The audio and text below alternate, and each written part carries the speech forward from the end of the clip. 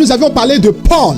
Paul qui a été visité par Dieu dans une vision après une situation qui s'est déroulée dans la journée où Dieu, le Seigneur lui-même, avait attendu la nuit pour venir parler à Paul dans la vision.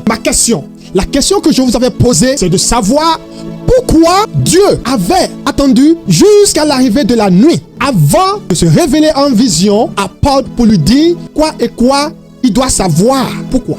Et à partir de ça, je vous ai donné l'importance là, que c'est dans la nuit, il y a beaucoup plus d'échanges, de connexions. Dans la nuit, il y a plus d'échanges qui sont libérés, d'énergie qui sont plus libérées. Alors, aujourd'hui encore, je m'en vais par l'Esprit Saint encore vous révéler, vous dire ce que contient la nuit. Aujourd'hui, je t'amène dans le livre de Genèse, chapitre 14, verset 12 au verset 16. Ce que je m'en vais vous démontrer ici, c'est dans le verset 15. Bien-aimé dans le Seigneur, la question que je m'en vais te poser encore, pourquoi Abraham est allé attaquer l'ennemi dans la nuit pour délivrer son frère Lot de la main de l'ennemi? Pourquoi Abraham n'a-t-il pas attendu jusqu'au lever du jour avant d'aller attaquer l'ennemi pour délivrer son frère et pour prendre les richesses? Bien-aimé dans le Seigneur, je m'en vais te répondre ceci. Dans la nuit, il y a assez de choses qui se passent. C'est dans la nuit que tu sauras qui est fort ou qui est faible, qui se prépare comme qui ne se prépare pas.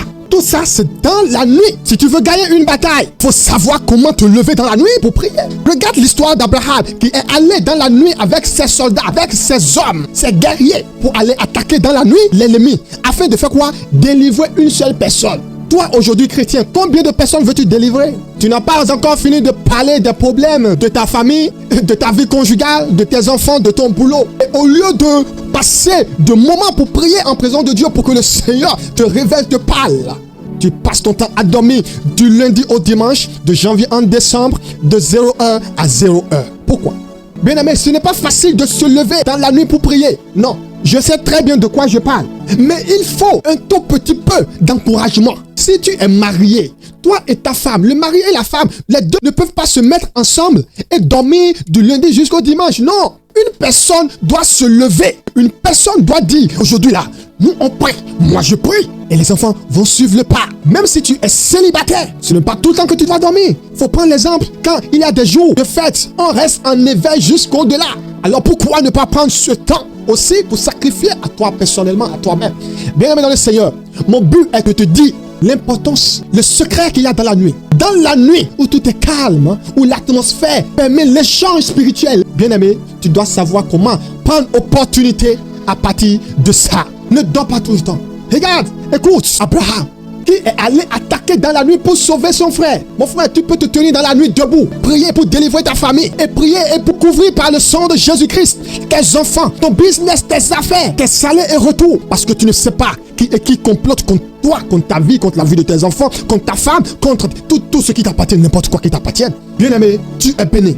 Que le Saint-Esprit t'encourage, te vivifie. Parce que je sais que ce n'est pas facile de se lever dans la nuit et de prier. C'est un sacrifice. C'est aussi ce qu'on appelle sacrifice. Un sacrifice n'est pas seulement de l'argent donné, de l'offrande donnée, ou bien quoi que ce soit donné. C'est aussi le temps que tu donnes en sa présence, en la présence de Dieu. C'est aussi un sacrifice qui paie. Avant de terminer, bien-aimé, je ne te laisserai pas comme ça. Je vais te donner une seule requête de prière. Tu diras, Seigneur Jésus, tout le temps, je me tiendrai debout dans la nuit pour chercher ta face, prier, pour demander ta faveur sur mes enfants, sur ma femme, sur mon mari, dans ma famille, dans mon boulot, que ma prière vienne dans l'accomplissement. C'est la prière que je te donne comme cadeau aujourd'hui. Prie au nom puissant de Jésus-Christ. Que le Seigneur vous bénisse. Amen.